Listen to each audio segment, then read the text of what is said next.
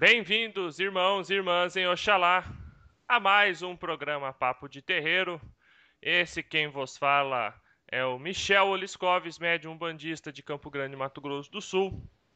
Ao meu lado, aqui no programa, estão meu irmão de fé, Xisto Queiroz Júnior, e meu grande amigo, irmão, professor e sacerdote de Umbanda, Ramon Turbay Moliterno. Bom dia, galera umbandista do Brasil, esse povo que está nos ouvindo. Sejam bem-vindos a mais um programa Papo de Terreiro, né? Hoje a gente vai se reunir aí para tratar de alguns assuntos que são interessantes para todos, então sejam bem-vindos. Bom dia a todos, sejam bem-vindos. Mais um dia conversando sobre as coisas de Deus e como a gente consegue trabalhar melhor e dividir informação entre os trabalhadores da luz. Então sejam muito bem-vindos. Meus irmãos, ouvintes, caros ouvintes do programa Papo de Terreiro, hoje iremos abordar o assunto as umbandas dentro da Umbanda. Existem diversas vertentes de Umbanda sendo praticadas Brasil afora. No Nordeste você tem uma Umbanda mais voltada para os mestres juremeiros, ali na região do Maranhão. No Rio de Janeiro você tem uma Umbanda branca. Em São Paulo nós temos muito difundida por Pai Rubens Sarraceni a Umbanda Sagrada. Nós temos também a Umbanda Esotérica muito forte em São Paulo, através do bom trabalho que Pai Ribas Neto tem empregado desde que assumiu a missão de continuar o trabalho de W.W. da Mata e Silva. Temos também Umbanda Mirim, que é a Umbanda que é praticada no centro espírita que eu trabalho, né, no centro espírita, no terreiro de Umbanda que eu frequento como médium. Temos Umbanda kardecista, Umbanda Omolocô, Umbanda popular, Umbanda almas, Umbanda trançada, a Umbandã, entre outros, diversos outros tipos de Umbanda. No programa de hoje nós estaremos falando sobre esses tipos de Umbanda mais especificamente. Xisto, você é meu irmão de fé, meu irmão de vida, sua mãe é minha sacerdotisa de Umbanda, e você, no centro que você atua, vocês praticam o ritual Omolocô. Muita gente confunde o ritual Omolocô com Umbandomblé, mas existem muitas diferenças. Apesar de seu Tata Tancredo, né, seu Tancredo que fundamentou o ritual Molocô, ele ter se utilizado de muitos ensinamentos de origem africana, ele não é bem um candomblé. Você poderia elucidar um pouco melhor para nós a respeito disso? A Umbanda Molocô começa que o Molocô ele não é uma nação de candomblé, como todo mundo pensa, né? Simplesmente o Molocô é uma nação africana, mas não é uma nação de candomblé, então não veio com, com os escravos, com o povo negro escravizado. O termo Molocô significa filhos do tempo, né? Ou filhos de Iroko, né? Então, que quer dizer que nós somos filhos do tempo. Filhos da gameleira branca também se diz por aí.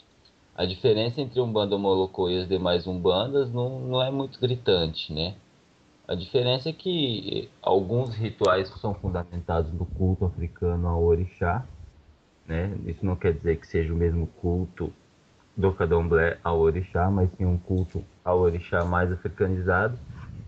E a Umbanda Molocô ela tem um sincretismo com o catolicismo muito mais enraizado do que as demais Umbandas, né? Então, assim, dentro da Umbanda Molocô a gente faz festa para os santos católicos, a gente faz a,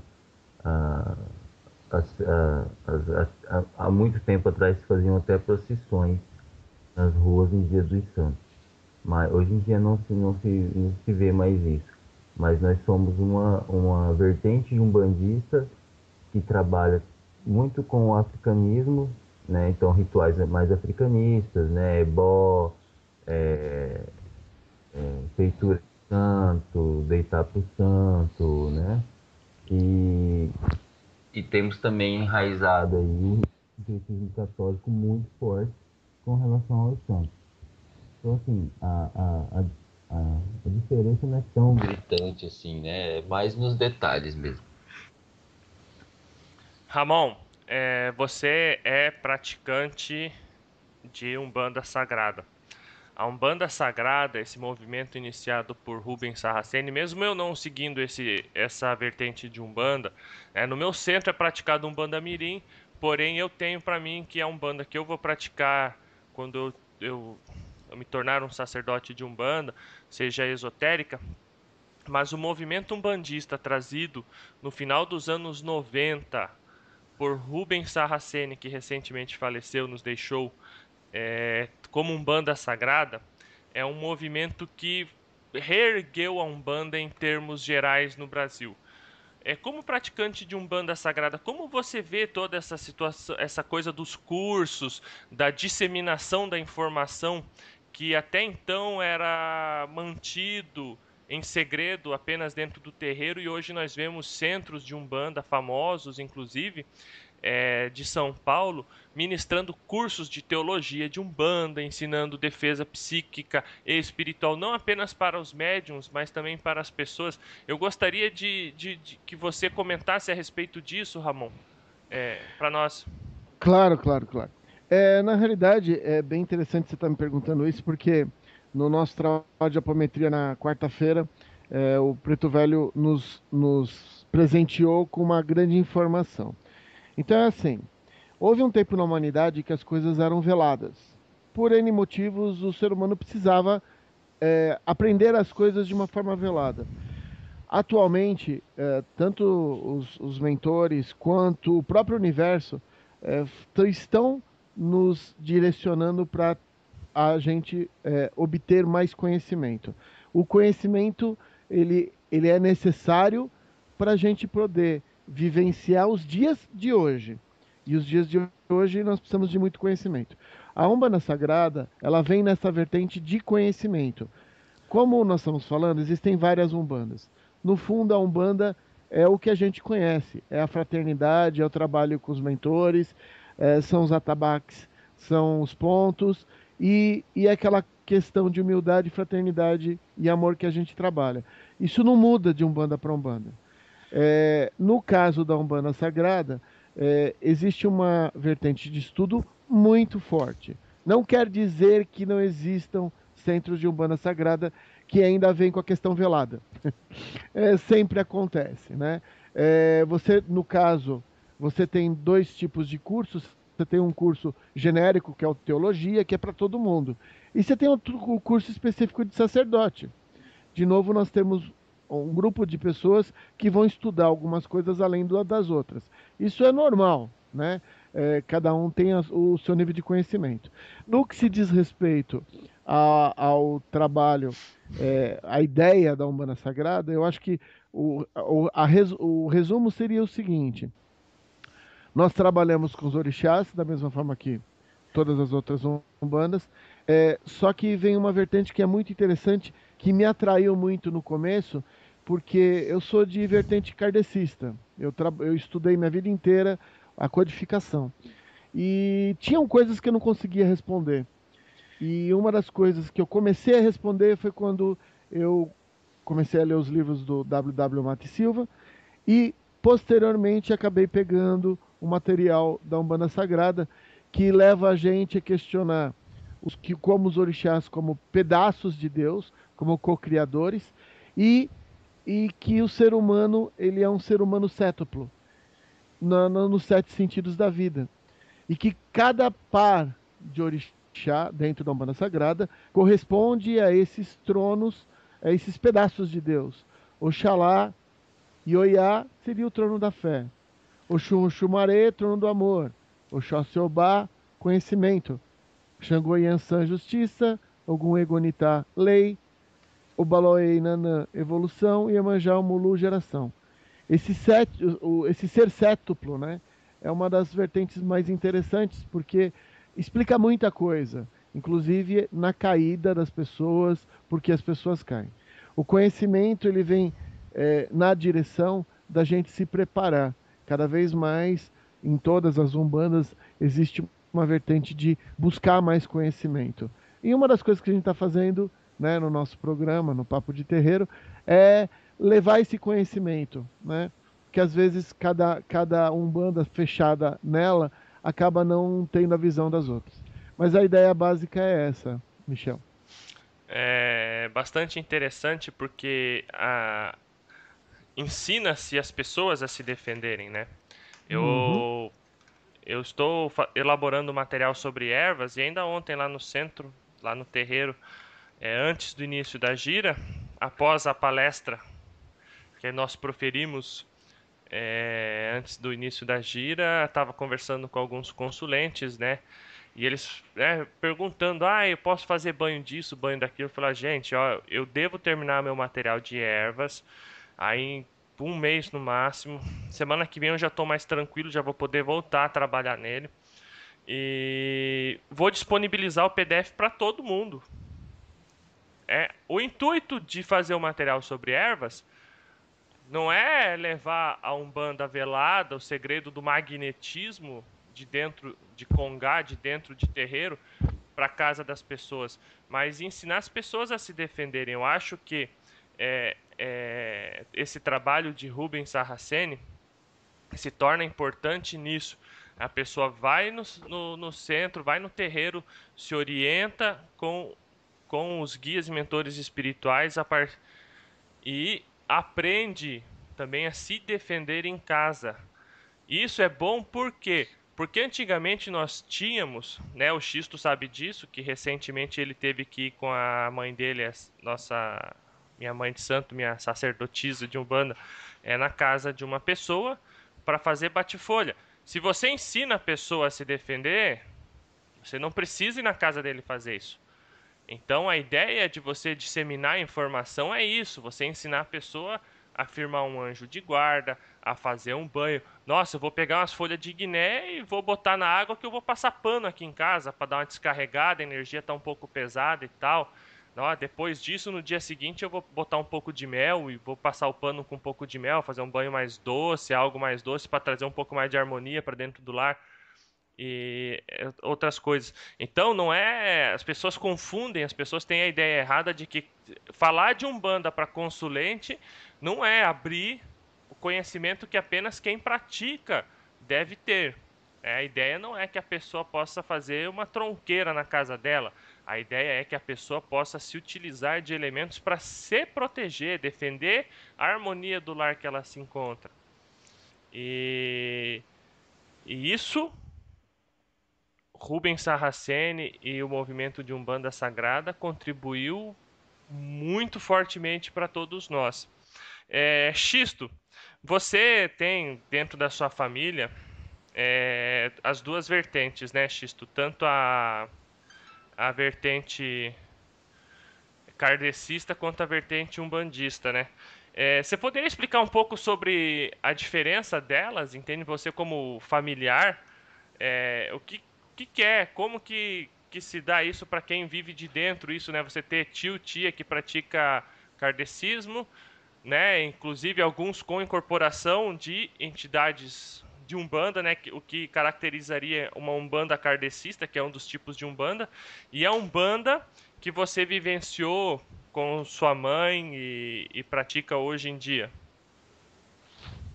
Primeiro que é uma coisa meio chata, assim, você discutir com o kardecista, né?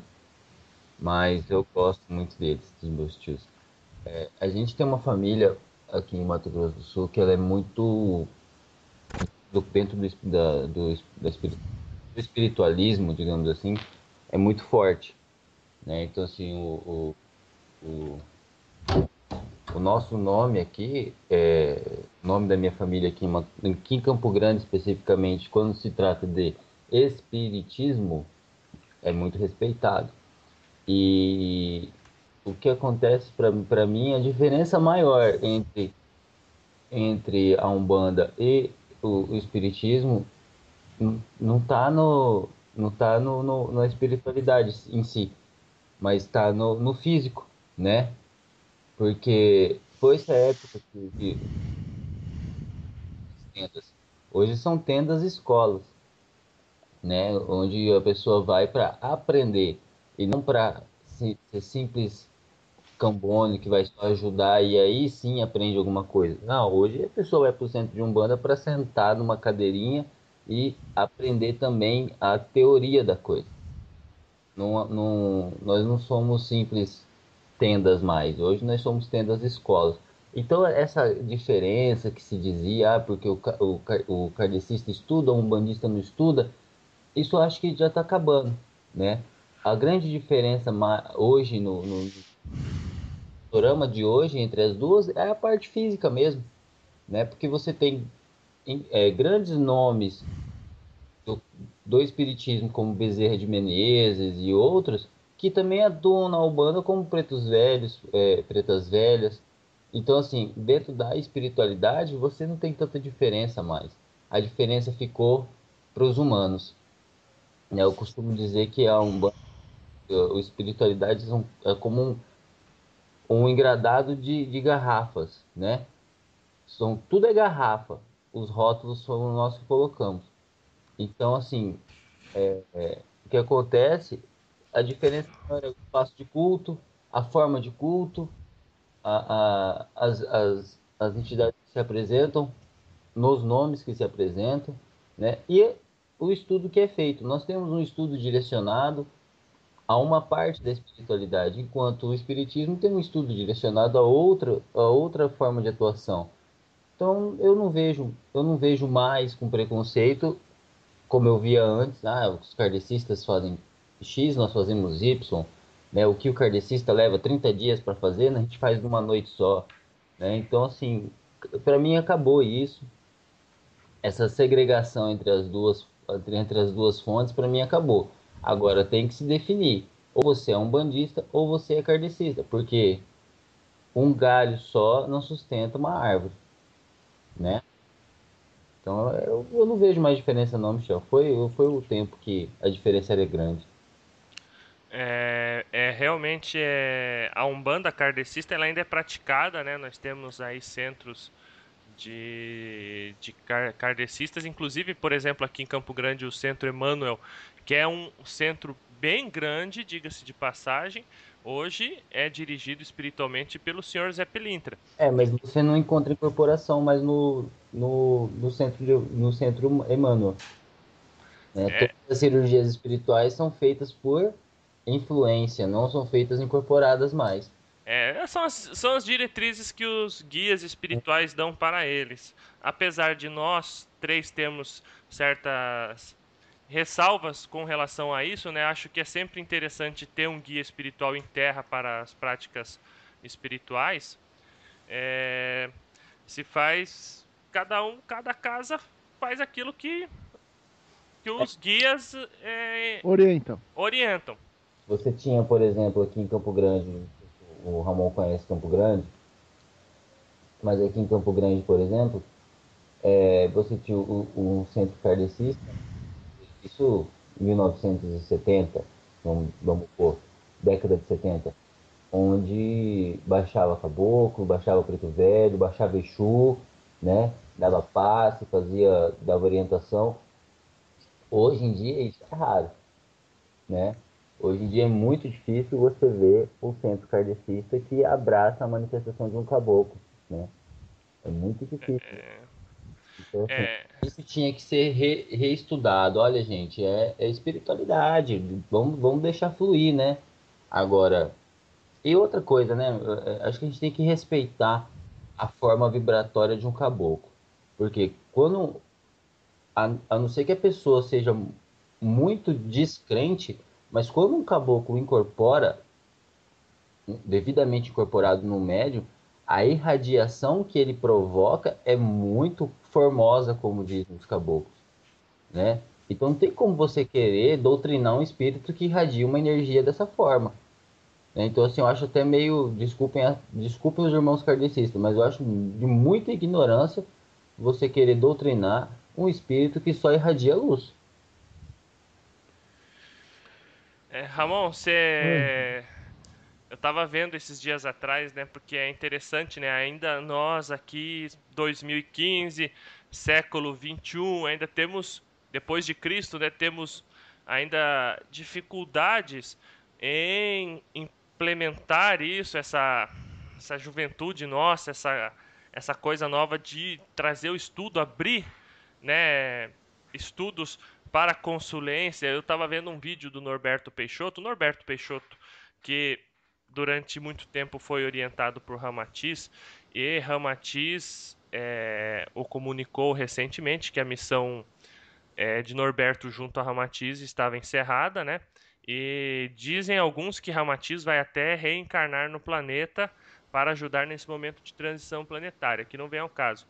E Norberto pratica uma umbanda esotérica. Porém, nessa umbanda esotérica dele, se mantém muito vivo a raiz africana, né? Diferente do que veio o anterior de Mate Silva e outros que procuravam uma pureza da umbanda esotérica, indo fazer pesquisa na Cabala e outros mais, Norberto Peixoto mantém bem vivo a questão africana de culto aos orixás, sem perder as características primordiais da Umbanda esotérica. E no centro dele, né, que é o Centro Espiritualista Triângulo da Fraternidade, ele estava dando uma palestra sobre a implantação de chips e instrumentos na aura e no corpo físico de seres vivos, nas obsessões. E isso dando palestra para o público, Ramon.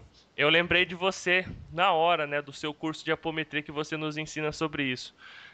Aí em São Paulo vocês também chegam a esse ponto nas palestras que vocês proferem para as pessoas, ou Ramon? Cada casa tem a sua vertente, né, Michel? Mas assim, de uma forma geral, as pessoas elas estão buscando e não é como antigamente você conversava com o preto velho, ia para casa e seguia o procedimento que ele pedia. A maioria dos mentores estão fazendo com que as pessoas questionem e comecem a buscar também. Essa questão dos chips é evolução espiritual. O Xisto acabou de falar, né? Infelizmente, a gente tem que entender que ser humano é ser humano, não tem jeito, né? Por isso que a gente está reencarnando aqui e não em Aldebaran. Não que Aldebaran seja muito melhor do que aqui, como disse uma amiga para mim ontem, mas é só um outro lugar. Infelizmente, existem alguns dogmas. Existem os dogmas, e os dogmas eles são gerados por seres humanos, não pelas próprias religiões.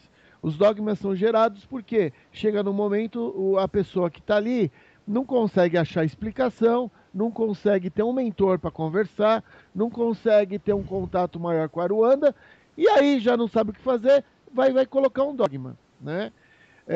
Jesus desencarnou há 2000 anos atrás, com todo o processo. O pessoal começou a fazer uma religião sobre aquilo que ele veio pleitear. No meio do caminho não tem um monte de coisa que se saiba, enche de dogma porque você não tem resposta direta. O Xisto fala uma coisa muito importante. Infelizmente, os espíritas, eles têm essa característica. Não estou falando que todos, mas existe um dogmatismo. E o engraçado é que o Kardec não era dogmático. O Kardec era cientista. Cientista não pode ser dogmático. Você tem alguma coisa, você faz um experimento para descobrir o que está acontecendo. Simples assim. Então, falar com os mentores é um dos canais maiores para conhecimento. A Umbanda antigamente utilizava 100% essa vertente. As coisas eram passadas diretamente dos mentores ou para os dirigentes ou para os próprios médiuns. Atualmente você está tendo uma abertura. A gente deveria continuar tendo esse contato, né, Xisto, que nem você comentou, com os nossos mentores, porque é um canal aberto com a espiritualidade, né? A gente não é um livro que você está lendo, você tá ouvindo a experiência real de um caboclo, de um guardião, de um preto velho, sobre desmanche de uma magia, sobre um ataque mental. Isso que você falou, Michel, eu acho que é evolução. Falar sobre chips dentro da Umbanda, eu antes mesmo de trabalhar especificamente na apometria, existiam coisas que os mentores faziam e depois eu fui saber que eles trabalhavam com chips há muitos anos. Só que não era passado para a gente. Uma, porque a gente não ia ajudar em absolutamente nada. Estou falando há 30, 40 anos atrás. Segundo, atualmente os médiums são parceiros dos mentores. Quanto mais conhecimento o médium tem, melhor ferramenta ele é. Porque nós somos, no final das contas, ferramentas. E através de uma melhor ferramenta, a espiritualidade pode atingir cada vez mais níveis frequenciais necessários. Então, eu acho muito bom, Michel, que dentro de um trabalho de Umbanda se fale sobre chip. Porque é uma coisa que está acontecendo, é obsessão complexa, a gente trabalha com isso na apometria, eu trabalho com isso dentro da Umbanda com os meus mentores, mas a maioria dos médiums está fazendo isso e não sabe. Outro dia um reikiano me perguntou, eu posso usar, porque você tem um chip negativo, que a gente chama de chip, e você tem um chip positivo para ajudar a pessoa, que a gente chama de MOF. É um chip também, só que ele é feito pela luz. O reikiano virou para mim e falou, poxa, eu posso usar esse chip positivo? Eu falei, olha, você já está usando faz tempo que você não está sabendo. Mas normalmente quem traz esses chips positivos de luz para ajudar as pessoas são os mentores. A gente tem uma intuição de colocar a nossa mão na hora que a gente for dar o passe na nuca da pessoa. Você está pondo um chip ali positivo, que se chama MOF. Então, Michel, eu acho que conhecimento é a base da nossa religiosidade atual. Quanto mais a gente conhece, mais a gente conhece Deus e nós somos melhores instrumentos. Quanto mais as pessoas levarem informação, mais a gente vai conseguir ajudar a pessoa. Porque a gente tem que lembrar que a pessoa que está passando com o nosso caboclo, o nosso preto velho, ela está ali no centro naquele dia. Quando ela for atacada na casa dela, ela precisa ter recurso. Então, informação é importante. E óbvio que tem informações que a pessoa pode inverter, e a gente tem que tomar cuidado com alguns tipos de informação. Isso não é restringir informação, é preparar pessoas para receber informação. Agora só para descontrair um pouco, né? Então o assunto está legal, assim, mas ficou muito sério. Para descontrair um pouco, eu fico imaginando o pessoal indo embora para casa depois de uma palestra dessa. O cara chega em casa, tira a roupa toda, vai para frente do espelho e começa a caçar o chip. Xisto tem que haver também sintonia vibratória para instalação de chips, entende? Não, eu tô falando assim, uma pessoa do nada que nunca foi lá, a primeira vez que tá indo. É verdade, Xisto, é verdade. O cara vai achar que tá no corpo físico mesmo, né? Começa a falar, não, por causa do chip, não sei o que e tal. A pessoa vai para casa, tira a roupa do espelho e começa a caçar o chip. Amigos, eu não sei se vocês já tiveram a oportunidade de ler ou de conhecer o trabalho de Bruno J. Gimenez, que é um gaúcho. Ele trabalha muito com fitoenergética, sabe, a energia das plantas, e ele tem alguns bons livros psicografados. Num desses livros, uma entidade que se denomina Christopher, tá?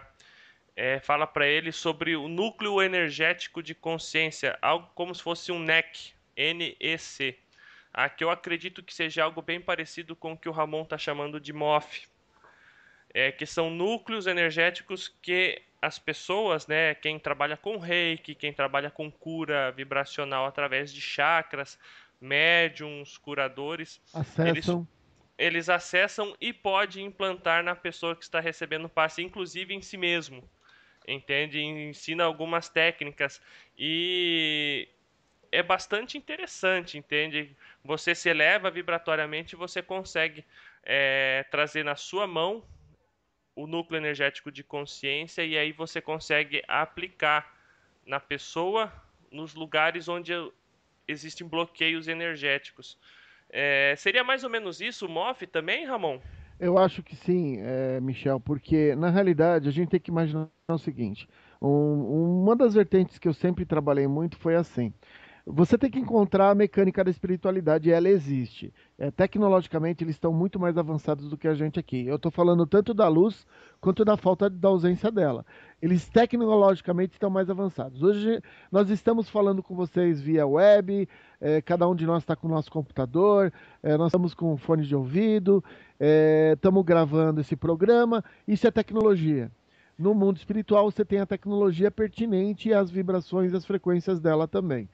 E quando a gente fala de chip, normalmente a gente está falando de uma coisa negativa colocada por obsessores técnicos negros, técnicos que trabalham nas zonas de abismo e vales. Esses caras, eles são densos, eles trabalham com uma tecnologia muito densa, condizente com o nosso duplo etérico, que é um dos corpos espirituais que a gente tem. Quando você fala do MOF ou qualquer outro elemento que é uma densidade de energia sutil que vai utilizar e ajudar aquela pessoa ou com uma energia mental em colocando pensamentos positivos na pessoa ou desencadeando energias para poder suprir o corpo físico, o corpo emocional, o corpo mental, nós classificamos como chip, né? Só que, infelizmente, as pessoas usam o chip como uma coisa negativa. Da mesma forma que a gente usa o karma de forma negativa. As pessoas falam que karma é só coisa ruim. E porque, no fundo, não sabem que karma é causa e efeito, causa boa, efeito bom, causa ruim, efeito ruim. Não é nem bom nem ruim, é o que você faz, né? O chip nada mais é do que um aparelho espiritual que vai gerar uma coisa na pessoa. Quando você trabalha no nível denso, ele tem a característica de querer desequilibrar o corpo físico, emocional e mental da pessoa, colocar ideias obsessivas. Quando você pega esse chip e coloca ele nos níveis mais altos de frequência dos nossos mentores, ele vai fazer o contrário. Ele vai equilibrar o seu físico, ele vai te dar intuições, ideias emocionais, sensações emocionais de equilíbrio. É o mesmo chip, né? Só que nós estamos trabalhando com frequência diferente. Então, no fundo, as pessoas às vezes querem achar que existe uma varinha de condão para que as coisas aconteçam. Pessoas que ouvem uma palestra falando sobre chip, que nem o Xisto brincou agora, que a pessoa vai chegar e achar que está implantado nele fisicamente, tem aquele outro lado. Vai virar, o cara está fazendo animismo, o cara não está... Isso não existe. Vou repetir o que eu falei no começo do nosso programa. Eu amo Kardec por várias razões, uma delas é a fé raciocinada. Nós temos tecnologia, quer dizer que a espiritualidade não pode ter, porque eles não estão no físico. Não faz sentido, né? Se na própria Terra que nós vivemos, existem pessoas que não têm nem energia elétrica, não têm acesso à tecnologia, e tem vários países que estão no ápice, né? Eu acho que, Ramon, desculpa, mas o contrário que é verdadeiro. Né? Nós temos tecnologia porque a espiritualidade permitiu. Você raciocina o correto, as pessoas fazem o contrário. Ah, então quer dizer que a gente tem lá? Não, lá não tem, porque lá não é físico. Então, pessoal, o chip que nós estamos falando, ele é de uma densidade condizente com a frequência do espírito que está colocando. Quem está estudando sobre isso em vários nomes, né, Michel, que nem você falou, os nomes não importam. Na realidade, o aparelho faz aquilo. Se existe um repositório que os reikianos, que as pessoas que trabalham com bioenergia podem requisitar, eu sempre falo, os nossos mentores nos orientam. Nós só sabemos parte da coisa, a gente está encarnado. Muitas das nossas sensações, elas são tolhidas pela carne. E nós, como médiums, temos que extrapolar o nosso físico para conseguir perceber os nossos mentores, para conseguir ter uma interação com eles. Então, no fundo, o estudo só nos leva... É assim, lógico, né? Você pode dizer para mim, você pode estudar uma coisa negativa. É verdade. Infelizmente, isso é uma verdade. E foi o que o Preto Velho nos falou na quarta-feira. Hoje, nós estamos três pessoas aqui conversando sobre luz, sobre estudo, sobre desenvolvimento. Alguns de vocês já pararam para pensar quem são nossas contrapartidas físicas, na ausência de luz? E vocês percebem que eu não estou falando daquele carinha que escreve lá amarro o casal. Esses carinhas, esse tipo de pessoa, ela aprendeu uma receita de bolo para conseguir fazer uma determinada coisa. Aqui no espiritual a gente chama de mago negro, são os caras mais densos que existem na Terra. O conhecimento, Michel e Xisto, é uma das coisas mais importantes porque a gente tem que nós temos que nos defrontar com pessoas como nós que nós queremos fazer o bem, mas existe a nossa contrapartida. No físico, tá bom, pessoal? E conhecimento é muito bom e sempre questionem as informações. Ah, mas espera aí, mas quem passou a informação foi meu mentor. Ele não vai ficar nem um pouco chateado de você questionar de forma coerente algum procedimento, tá? Porque se a gente aceitar tudo, vai ter uma hora que não é o nosso mentor que está passando, e aí você vai acabar fazendo achando que é o seu mentor. Vai demonstrar segurança, É. né? Agora eu queria traçar um negócio aqui com vocês, o seguinte, a gente fugiu um pouco aqui, mas a Umbanda, ela tem três momentos muito marcantes inicialmente, né? O primeiro momento todo mundo conhece, que é Zélio Fernandino de Moraes, né? O segundo momento veio com Benjamin Figueiredo, com a Tenda Mirim. Michel conhece bem a história dele, um cara excepcional, incrível. Um dos maiores médiums de Umbanda da história recente, né? Recente que eu digo de É, Zélio para cá, muito pouco citado em referências olha, incrível bibliográficas. a história desse homem, desse senhor, como pessoa e como médium. Incrível, pessoa muito centrada, reto nas suas atitudes. Dizem que quem conheceu ganhou, quem não conheceu perdeu. E a gente tem um terceiro momento que é o momento mais que fervilhou mais a Umbanda, né? Isso no meu ponto de vista, não sei se os irmãos vão concordar, mas foi o momento que a Umbanda começou a ganhar bibliografia, né? Foi o momento que a Umbanda começou a ir para a prateleira da livraria, né? Que veio com o Woodrow Wilson da Mata e Silva, né? Um nome bem estranho, né? O pai dele colocou em homenagem ao presidente americano. O cara nasceu em Garanhuns no dia 28 de junho de 1917, faleceu no Rio de Janeiro no dia 17 de abril de 88.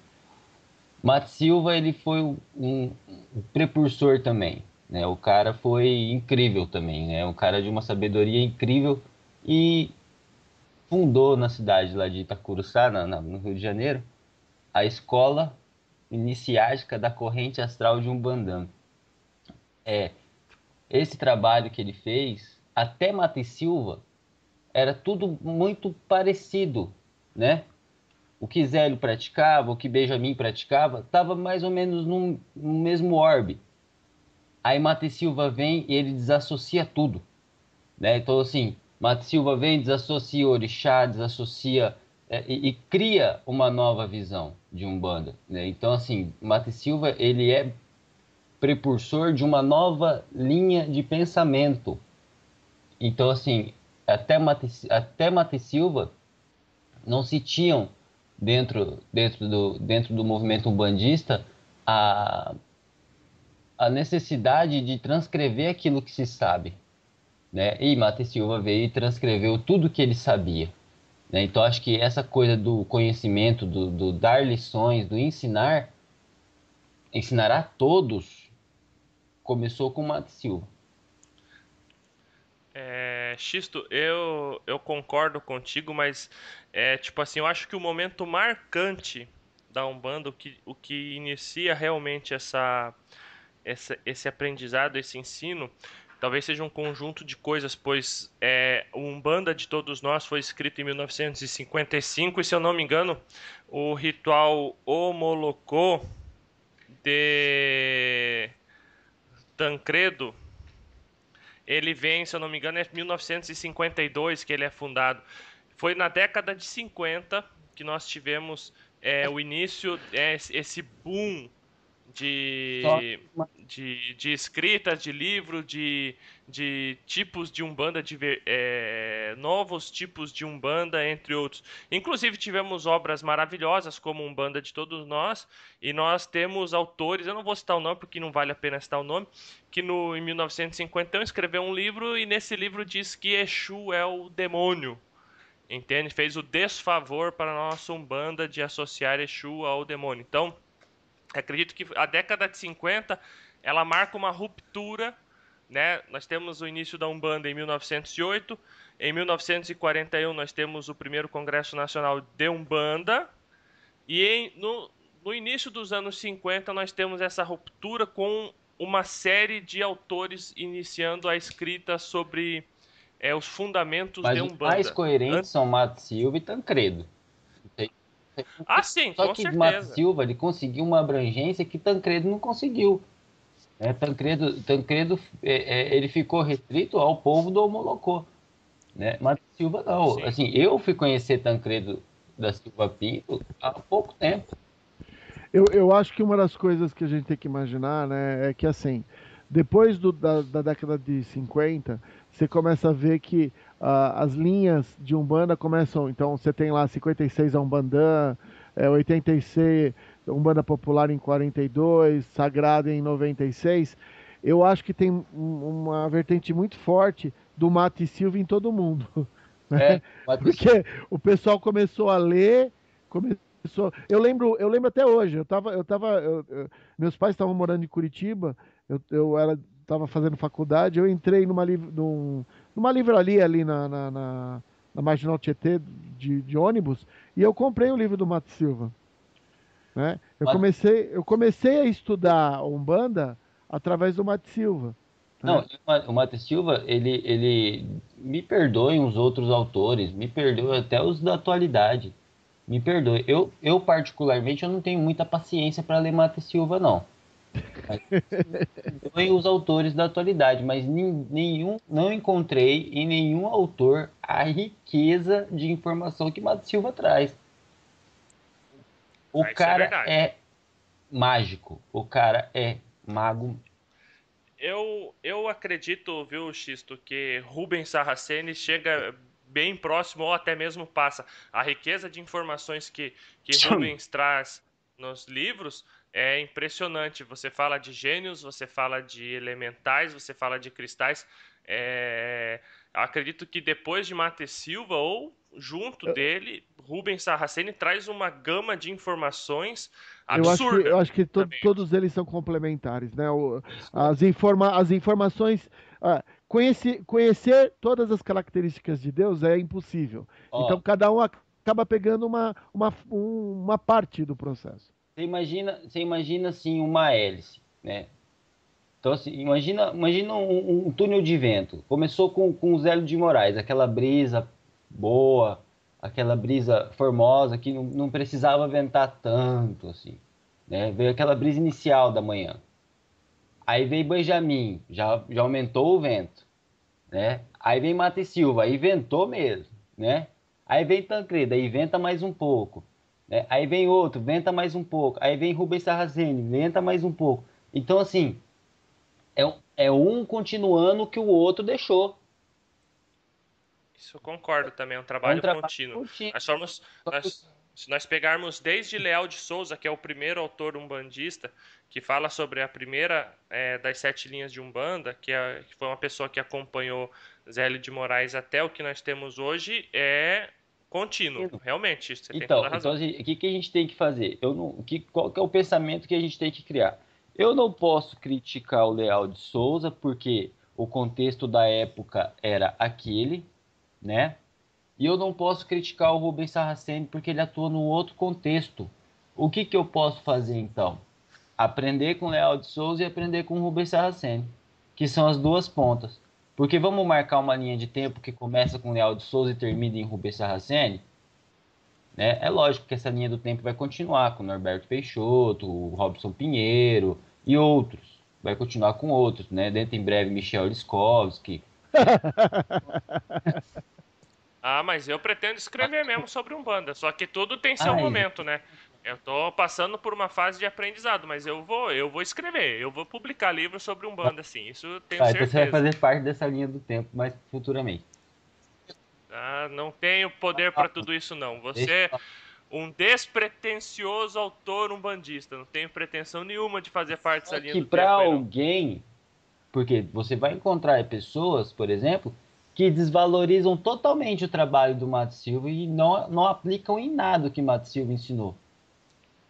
Inclusive retiram ele de livros que contam sobre história de Umbanda. Tanto é que em muitas obras ele não é citado como mestre umbandista. E acham que a vertente de Umbanda que ele criou é qualquer coisa menos Umbanda. Então, assim, é, onde eu quero chegar com isso? Que Léo de Souza não estava errado quando ele começou a escrever, e assim como Rubens Saraceni também nunca esteve errado. Assim como o primeiro tijolo da muralha da China não é mais fraco que o último. Você entendeu? Claro. É a posição temporal de cada um permite escrever certas coisas, permite trazer alguma coisa. Na época de Leal de Souza, a Umbanda ainda não, os umbandistas ainda não estavam prontos para aprender certas coisas. Assim como ainda vamos ter outras coisas a aprender que Rubens Saraceni não deixou, que vão vir por outros médios. É Então, isso aí. a gente tem que entender a linha de tempo em que a gente se enquadra no momento. Nós estamos numa faixa de tempo, nós, umbandistas da atualidade, estamos numa faixa de tempo para estudo entre Mata e Silva e Rubens Saraceni, que são os dois autores que a gente mais lê. Então, assim, a gente ainda não está ainda num nível de conhecimento que a gente poderia pensar assim, não, agora nós já sabemos tudo. Não, ainda vão vir outros autores que vão trazer novas formas de outras visões de Umbanda que vão acrescentar e enriquecer tudo aquilo que os autores do passado já nos deixaram. O que a gente não pode deixar é o seguinte, agora eu estou estudando Rubens Saraceni, então Mato Silva fica para lá, eu não quero mais saber de Mato Silva, esquece o que Mato Silva me ensinou. Entendeu? A gente não pode desvalorizar um cara, por exemplo, que saiu lá de Garanhuns, lá do nada, né, que nunca frequentou um terreiro de Umbanda, a não ser o dele mesmo, né, e que deixou uma gama de conhecimento valorosa para todo mundo, que influenciou, inclusive, esse grande nome que nos deixou há pouco tempo, que é Rubens Saraceni, que influenciou uma galera aí. Então, assim, É eu acho verdade. que esses 3 primeiros momentos da Umbanda são os mais importantes. Depois tudo é continuidade. Por quê? Zélio de Moraes, Benjamin Figueiredo e Mata e Silva é um momento de construção. O que veio depois é o momento de lapidação, né? Como uma casa. Veio Zélio, fez o alicerce. Veio Benjamin, pôs as paredes. O Mata e Silva veio, botou o telhado. O resto veio, rebocou, pintou, botou piso, né? E aí a casa tá Teve alguns que quebraram Aí vem um, parede. aí vem um filho desgraçado e me risca a parede com lápis de cor. Aí você tem que ir lá e pintar de novo. Mas acontece. Acontece. É aprendizado, né? Então, assim, a gente tem que entender que de Zélio de Moraes a Mata Silva, o tijolinho foi colocado no lugar, né? Então você tem a Umbanda de Zélio, que eu não gosto de classificar como Umbanda branca, porque para mim toda Umbanda é branca. Então, Umbanda de Zélio, aí vem Umbanda Mirim, e aí vem Umbanda Esotérica de Mato Silva. Isso construiu um alicerce. O que veio depois veio só para completar o que eles tinham deixado. Aí você tem hoje um Rubens Saraceni, né, que, vamos dar um exemplo bem, bem grosseiro, colocou a banda larga dentro da casa, né? Então, é aquela coisa assim que a gente tem que aprender com todos. É lógico que cada um tem seu filtro. tem coisas que que eu vi com o Mato Silva que eu não concordo. Assim como tem coisas que eu não gosto no Rubens Saraceni, que é a maioria das coisas. Assim como tem coisas que eu não gosto no Norberto Peixoto. A gente tem o nosso senso crítico. Agora, eu acho de uma sacanagem tremenda você desassociar Mato Silva da Umbanda. É a mesma coisa que você falar que não foi Zélio que fundou. Concordam? Ou eu tô falando besteira? Não, isso mesmo, cara. Cada um tem o seu cantinho. Eu penso o seguinte, um dos pontos polêmicos de Mate Silva foi justamente a questão de trazer o Umbandã, né, ou a origem ancestral de Umbanda, e não citar o próprio Zélio de Moraes. Eu acho que Mate Silva pisa na bola. Independente de nós sabermos que a corrente astral de Umbanda existe, é anterior ao orbe, isso por próprio Ramatiz fala isso, é anterior ao nosso orbe, tá? Ao planeta Terra. A corrente de astral de Umbanda já existe, mas a Umbanda que nós conhecemos hoje foi trazida em Terra por Zélio de Sim, Moraes. É o marco inicial da Umbanda, o fundador, pai da Umbanda é ele. Então acho que Mate Silva peca nisso, e isso Mate Silva foi muito polêmico, né? Vamos ser bem honestos, né? Apesar de eu adorar Mate Silva, eu tenho praticamente todos os livros dele e gosto muito dele. Ele foi também bastante controverso na sua época e acredito que isso contribua para a rejeição que ele sofre nos dias de hoje. mas controverso Mato Silva pisou realmente na bola quando ele desassociou Zélio de Moraes à chegada da Umbanda. Assim como também outros autores pisam na bola também, aí até hoje pisam na bola. A gente tem exemplo aí, não pisou na bola escrevendo, mas pisou na bola aí com o curso que ofereceu. Era um cara que eu gostava muito, deixei de gostar porque o cara queria me cobrar 600 pau para fazer projeção astral. Pô, eu faço isso sozinho com o meu mentor, entendeu? Então assim, cada um pisa na bola de um jeito, né? Agora, o cara é menos porque ele pisou na bola uma vez? Não. E outra, né? Se tá vivo, tá em É evolução. lógico. Entende? Todos somos pecadores, né? Esse negócio de pecado da Igreja Católica, a gente pode trazer para cá nesse sentido. Todos nós Lógico. erramos, né? Estamos em É, aprendizado, é faz isso que parte. O que menos erra aqui é o Ah, tá Ramon. bom. Pode deixar. É porque eu tô falando, né?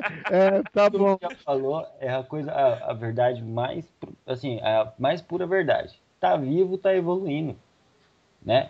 Amanhã ou depois, esse autor que eu tô citando pode acordar e falar assim, puxa, acho que eu tô fazendo errado de cobrar 600 pau para ensinar projeção astral, né? Pode ser, né? Amanhã ou depois eu posso acordar e falar assim, não, vou dar uma atenção pro Rubens Saraceni aqui, vou dar uma lida no Rubens Saraceni, porque eu particularmente, eu não leio o Rubens Saraceni. Eu não gosto. Mas amanhã ou depois eu posso acordar e começar a ler, né? Tudo chega num ponto comum, né? Uma hora tudo evolui, as pessoas mudam e teoricamente teriam que mudar para melhor, né? Então assim, é lógico que o mudar para melhor depende de nós e não vai ser a vertente umbandista que você atua que vai fazer você ser o melhor médium ou um médium pior, né? Desde Zélio até Rubens Saraceni, toda a vertente de Umbanda é boa. Ruim são as pessoas que estão lá dentro. Assim como todas as filosofias, os homens é que as estragam. A filosofia foi trazida do alto pela razão e pela necessidade. Com certeza. Bom, irmãos, nosso tempo está estourando hoje. Vamos começar as considerações, né? Eu gostaria de agradecer. Acho que esse papo foi bastante interessante. Acho que mais para frente nós poderíamos voltar a debater esse assunto, né? Os tipos de Umbanda dentro da Umbanda e poder falar mais sobre outros bons nomes que temos dentro da Umbanda. Eu gostaria de agradecer a Deus, ao nosso Criador, pela oportunidade de estar aqui fazendo esse despretensioso trabalho, né?